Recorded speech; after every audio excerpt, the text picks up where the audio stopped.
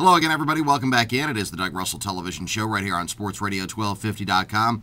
Okay, I guess I've kind of recovered from yesterday where my bracket completely got blown out over the weekend, despite the fact that, I had half of the Final Four picked correctly. The other half I had both losing in the second round. That would be both Villanova and Michigan State. My eventual champion, Pittsburgh, well, they got knocked out in the Elite Eight. These things happen. I suspect I'm not alone. All right.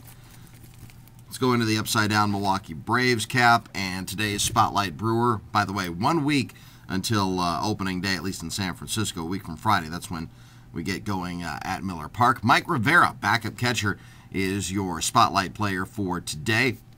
Mike Rivera is going to be Dave Bush's personal catcher this year for manager Ken Maka. I think it's a good move because when he got into games last year, Mike Rivera showed that he can play in this league. He's also going to be the backup first baseman, so Prince Fielder is going to get a day off here, a day off there, which is good.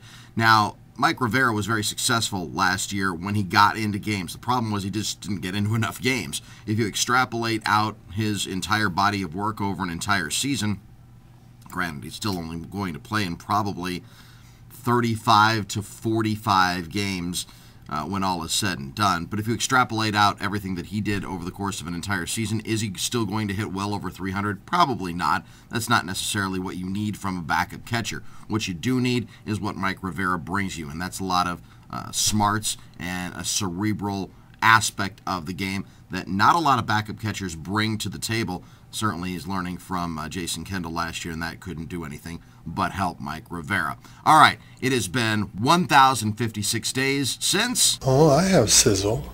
Ted Thompson brought in a big-name free agent. The draft is coming up on less than a month away now, and of course that is Christmas for Ted Thompson, and that's when the roster gets fortified every year.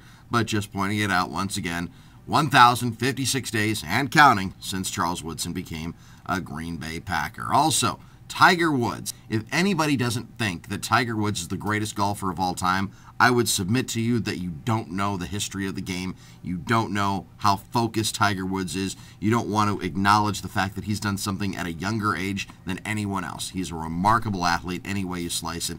And congratulations to Tiger Woods. By the way, the 14 majors, the record is 18. I happen to know that up there at Kohler, Whistling Straits, for the 2010 PGA Championship, they are licking their chops.